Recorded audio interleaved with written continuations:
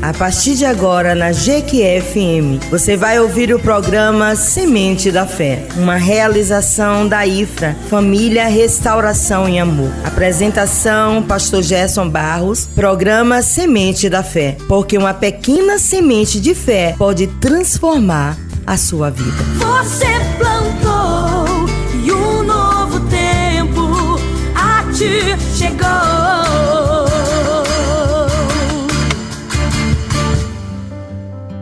Bom dia, queridos irmãos e irmãs em Cristo Jesus, ouvintes da Jequié-FM. Mais um programa Sementes da Fé. Hoje, domingo, 11 de janeiro de 2026. Gostaríamos de apresentar a programação da IFRA toda terça, sexta e domingo, às 19 horas. Na Avenida das Formigas, número 231, Sanville 1, Jequié, Bahia. Aqui quem vos fala é o pastor Gerson Barros. E nesta manhã de domingo, falaremos sobre o Evangelho de Deus e a identidade de Cristo, baseado em Romanos capítulo 1. A carta do apóstolo Paulo aos Romanos, capítulo 1, que eu gostaria que vocês abrissem as vossas Bíblias e tivessem um pouco de paciência para que nós leremos os 32 versículos deste capítulo, que diz assim: Paulo, servo de Cristo Jesus, chamado para ser apóstolo, separado para o Evangelho de Deus, o qual foi prometido por ele de antemão, por meio dos seus profetas, nas Escrituras Sagradas, acerca de seu filho que, como homem, era descendente de Davi, e que, mediante o Espírito de Santidade, foi declarado Filho de Deus com poder, pela ressurreição dentre os mortos, Jesus Cristo, nosso Senhor. Por meio dele e por causa do seu nome, recebemos graça e apostolado para chamado dentre as nações, um povo para a obediência que vem pela fé. E vocês também estão entre os chamados para pertencerem a Jesus Cristo, a todos os que em Roma são amados de Deus e chamados para serem santos. A vocês, graça e paz da parte de Deus, nosso Pai, e do Senhor Jesus Cristo. Antes de tudo, sou grato a meu Deus mediante Jesus Cristo por todos vocês, porque em todo o mundo está sendo anunciada a fé em que vocês têm. Deus, a quem sirvo de todo o meu coração, pregando o evangelho de seu Filho, é minha testemunha de como sempre me lembro de vocês em minhas orações, e peço que agora, finalmente, pela vontade de Deus, seja-me aberto o caminho para que eu possa visitá-los. Anseio vê-los a fim de compartilhar com vocês algum dom espiritual para fortalecê-los, isto é, para que eu e vocês sejamos mutuamente encorajados pela fé.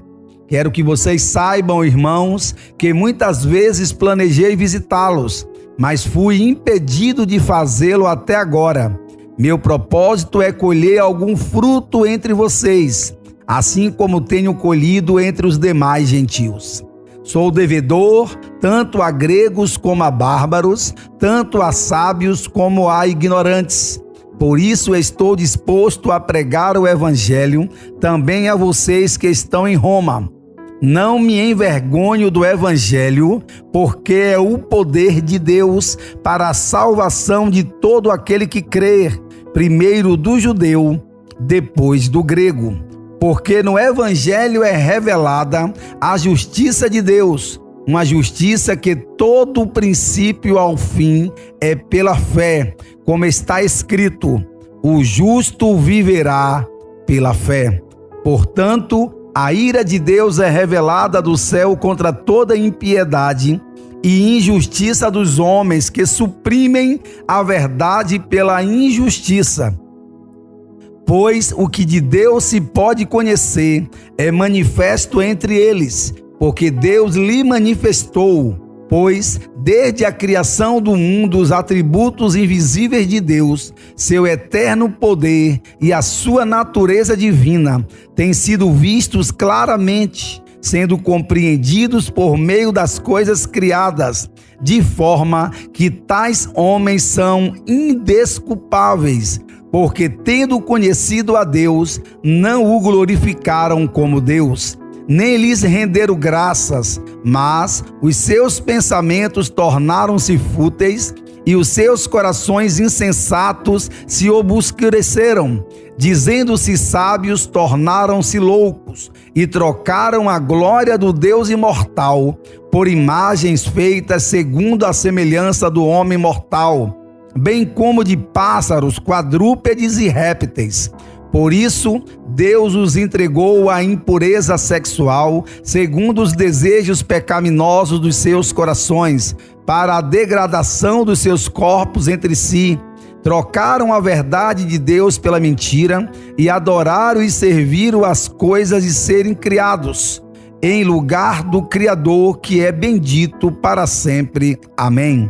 Por causa disso, Deus os entregou às paixões vergonhosas. Até suas mulheres trocaram suas relações sexuais naturais por outras contrárias à natureza. Da mesma forma, os homens também abandonaram as relações naturais com as mulheres e se inflamaram de paixão um pelos outros. Começaram a cometer atos indecentes, homens com homens, e receberam entre si mesmos o castigo merecido pela sua perversão. Além do mais, visto que desprezaram o conhecimento de Deus, ele os entregou a uma disposição mental reprovável para praticarem o que não deviam.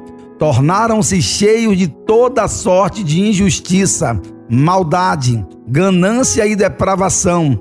Estão cheios de inveja, homicídio, rivalidades, engano e malícia. São bisbilhoteiros, caluniadores, inimigos de Deus, insolentes, arrogantes e presunçosos.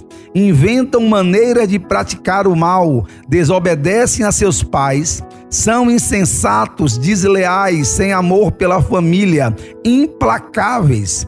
Embora conheçam o justo decreto de Deus de que as pessoas que praticam tais coisas merecem a morte, não somente continuam a praticá-las, mas também aprovam as que as praticam. Isso foi o capítulo 1 da carta aos Romanos. Senhor nosso Deus e Pai, em nome do Teu Filho amado Jesus, queremos te pedir conhecimento e graça nesta manhã, Senhor, para que possamos discernir, para que possamos te obedecer e estar aptos a servir e a cumprir o teu propósito na terra como filhos de Deus, filhas de Deus, para a glória e honra do teu santo nome. Paulo escreve a uma igreja que ele ainda não visitou. Paulo está escrevendo à igreja em Roma, mesmo sem ter ido a Roma, apresentando de modo bem organizado o evangelho que ele prega, preparando o terreno para comunhão, missão e unidade. Uma união entre judeus e gentios. A justiça de Deus revelada no Evangelho, recebida pela fé. Por isso que em Hebreus capítulo 11, versículo 6 vai dizer que sem fé é impossível eu e você agradarmos a Deus. Eu queria apresentar a vocês nesta manhã uma estrutura do capítulo 1 do livro de Romanos.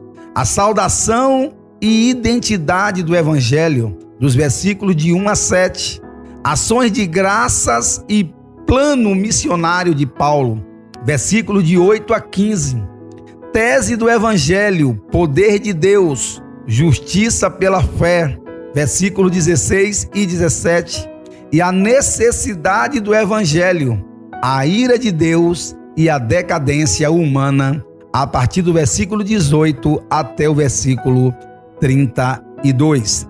Então vejamos a exposição dos versículos de 1 a 7.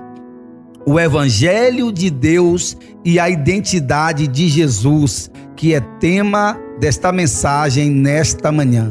Paulo se apresenta como servo e chamado como apóstolo. O Evangelho não é do apóstolo Paulo, e sim de Deus Pai.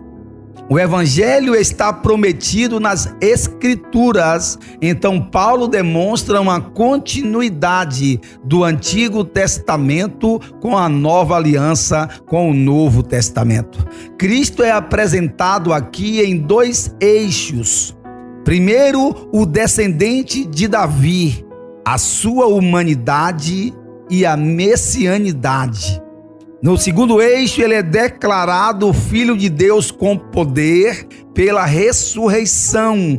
Isso demonstra senhorio e autoridade.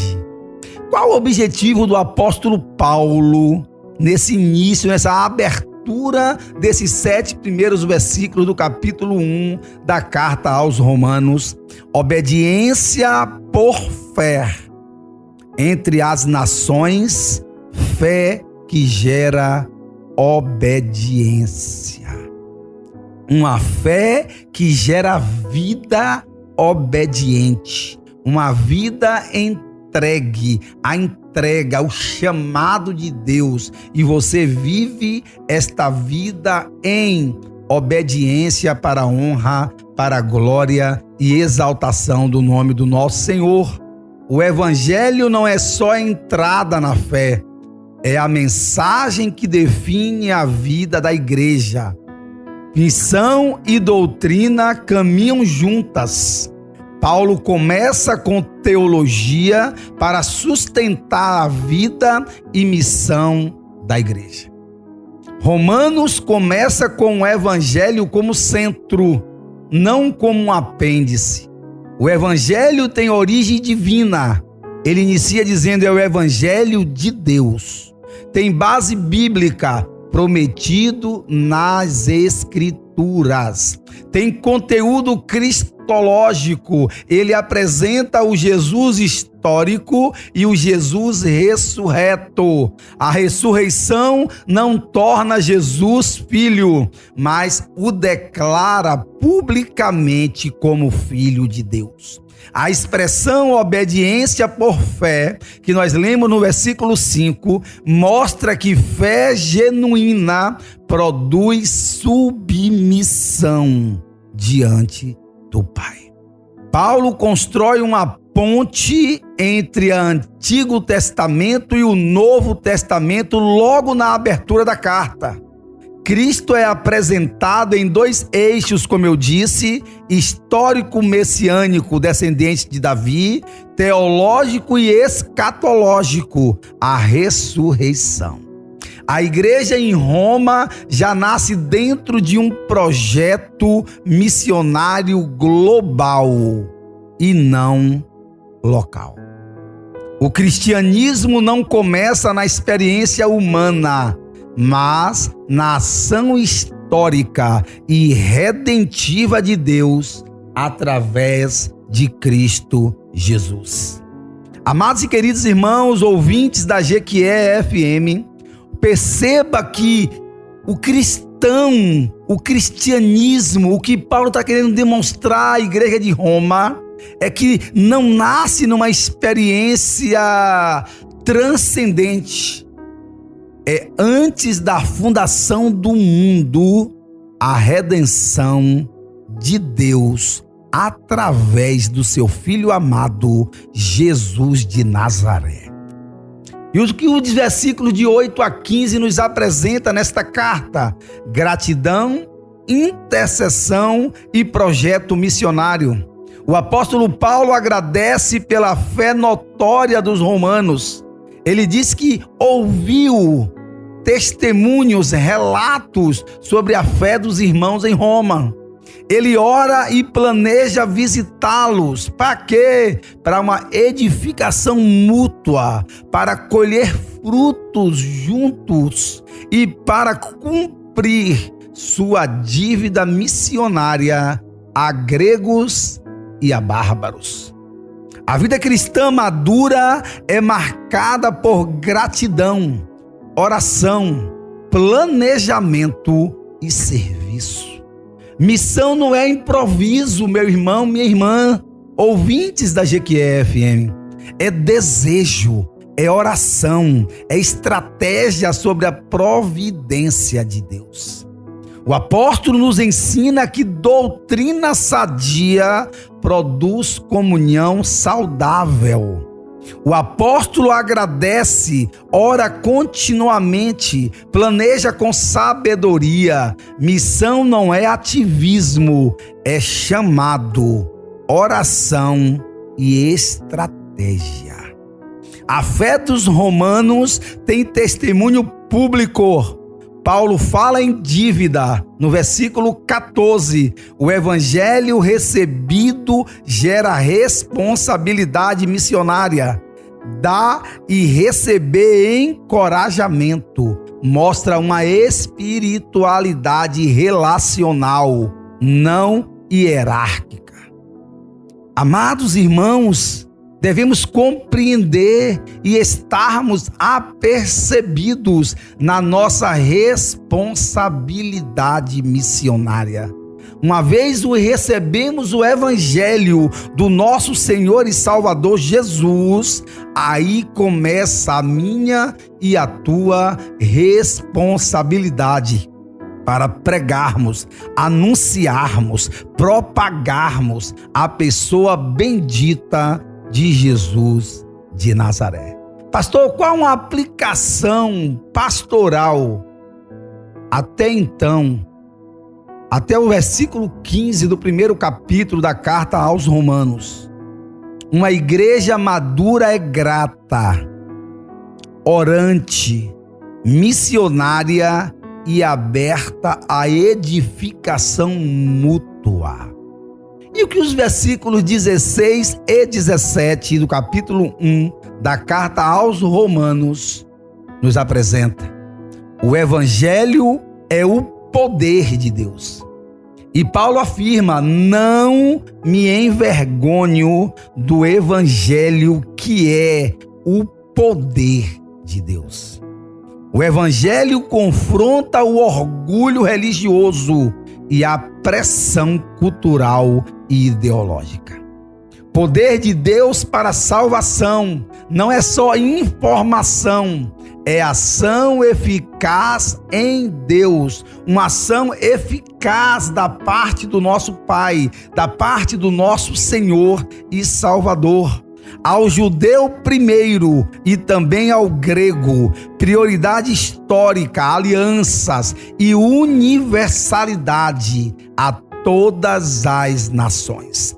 Justiça de Deus aqui é o foco, é a justiça revelada no Evangelho. Deus age para salvar de modo justo. E justiça de Deus é o sol, é a chuva que nasce para bons e maus. O justo viverá pela fé. Está escrito pelo profeta Abacuque. Paulo tem conhecimento da antiga aliança, tem conhecimento do Antigo Testamento. Tanto é que ele cita no capítulo 1 da carta aos Romanos, ele cita Abacuque: o justo viverá pela fé. Fé como meio de receber a vida diante de Deus. Quais aplicações práticas para mim e para você? A centralidade do Evangelho. A igreja perde o rumo quando ela troca poder do Evangelho por moralismo ou autoajuda religiosa. Fé em Romanos não é só uma opinião, é confiança obediente que se apoia na obra de Cristo Jesus. Estes versículos 16 e 17 são o coração teológico de Romanos. Não é conselho moral, não é filosofia religiosa, é poder salvador de Deus. Justiça de Deus. Aqui é salvífica e não punitiva. De fé em fé, indica início, meio e fim da vida cristã pela fé. Paulo enfrenta 2 escândalos: o religioso com os judeus e o cultural com os gregos. O evangelho rompe com o orgulho, rompe com os religiosos, rompe com a autossuficiência intelectual. E ele cita o profeta Abacuque, como eu disse, e ele demonstra que a fé sempre foi o caminho da vida com Deus. E o que os últimos versículos de 18 a 32 vai nos demonstrar: como expô-los à necessidade do evangelho, ira de Deus e a queda humana. Aqui Paulo começa a demonstrar por que o evangelho é necessário, porque o ser humano sem Deus está culpado e corrompido. Revelação e culpa conhecem, mas suprimem. Eles têm conhecimento do decreto de Deus, mas suprimem a verdade de Deus. E a ira de Deus virá, e ela é revelada contra a impiedade e a injustiça. Não é que Deus tenha um pavio curto, não. É a reação santa de Deus contra o mal. Deus não se dá a conhecer de forma real na criação, que é uma revelação geral, tornando os homens indesculpáveis. O problema não é a falta de evidência, é troca. Não glorificam, não agradecem, obscurecem o coração, um coração de pedra. Qual é o resultado disso tudo? Idolatria. Trocam a glória do Criador por imagens terrenas. Pecado é, antes de tudo, meu irmão, minha irmã, ouvintes da GQE FM, desordem de adoração. Adorar o que não é Deus, a raiz do colapso moral e espiritual é rejeitar a Deus. A ira de Deus não é descontrole emocional, mas resposta santa ao pecado. O problema humano não é ignorância, é supressão da verdade. Revelação geral torna o homem indesculpável, não salvo. O texto mostra uma troca trágica: glória de Deus em imagens, verdade em mentira. A idolatria é a raiz de toda a decadência moral. O coração obscurecido precede o comportamento corrompido. O pecado começa quando o homem para de glorificar e agradecer ao Deus Altíssimo, o Todo-Poderoso. Deus os entregou, desordem moral como consequência. 3 vezes Paulo cita a ideia de entrega, nos versículos 24, 26 e 28 do capítulo 1 da carta aos Romanos. Deus permite que colham as consequências do caminho escolhido. Impureza e desonra do corpo, versículo 24, paixões degradantes, versículo 26, mente reprovável e prática do mal, versículo 28. Paulo descreve a inversão criacional, troca da verdade, troca do Criador, troca do uso natural. O foco é a ruptura com o propósito de Deus para a humanidade. O juízo aqui é permissivo. Deus deixa o homem colher o que escolheu. 3 entregas: impureza, paixões degradantes, mente reprovável. A ética bíblica está ancorada na ordem criacional. Está em consensos culturais, não está em consensos culturais. Paulo descreve a inversão do projeto original de Deus. A ruptura espiritual gera confusão no corpo, nos afetos, nos relacionamentos. O texto não é apenas moral, é teológico e antropológico. Isso gerou um colapso social e moral. Olha a lista de vícios e a aprovação do mal. A mente desconectada de Deus produz uma avalanche de injustiça, maldade, inveja, homicídio, arrogância, desobediência aos pais e etc. Não é só os que praticam esse mal, mas os que aprovam quem pratica a maldade. Versículo 32. É uma normalização social do pecado. O pecado é mais do que atos, é cultura, aprovação, coração, troca, mente reprovável e corpo desordem. Romanos capítulo 1 demonstra ou desmonta o mito da neutralidade moral. Sem Deus não existe neutralidade no mundo espiritual. Ou se adora a Deus ou se adora a criatura. O auge da queda não é apenas praticar o mal, mas aprovar quem o pratica. Deus descreve uma sociedade que inverte valores morais. Sem o evangelho, não há base para a ética consistente. A lista de pecados mostra a fragmentação social. O pecado deixa de ser exceção e passa a ser norma celebrada. Romanos capítulo 1 é um chamado a quê, pastor? A atenção. É uma preparação para mim e para você, para um choque de realidade que vamos ver no capítulo 2 do livro de Romanos, que ninguém escapa. Todos pecaram e estão destituídos da glória de Deus Pai. Capítulo 1 do livro de Romanos revela quem é Deus, quem é Cristo Jesus, quem é o homem sem Deus e por que o evangelho de Jesus Cristo é absolutamente necessário. Sem o evangelho, troca, entrega e colapso. Com o evangelho de Jesus de Nazaré, justiça, fé e vida abundante. Porque ele nos prometeu arrancar de mim e de você esse fardo pesado que a sociedade tenta impor para mim e para você e nos dá um fardo leve, porque ele é manso e humilde de coração.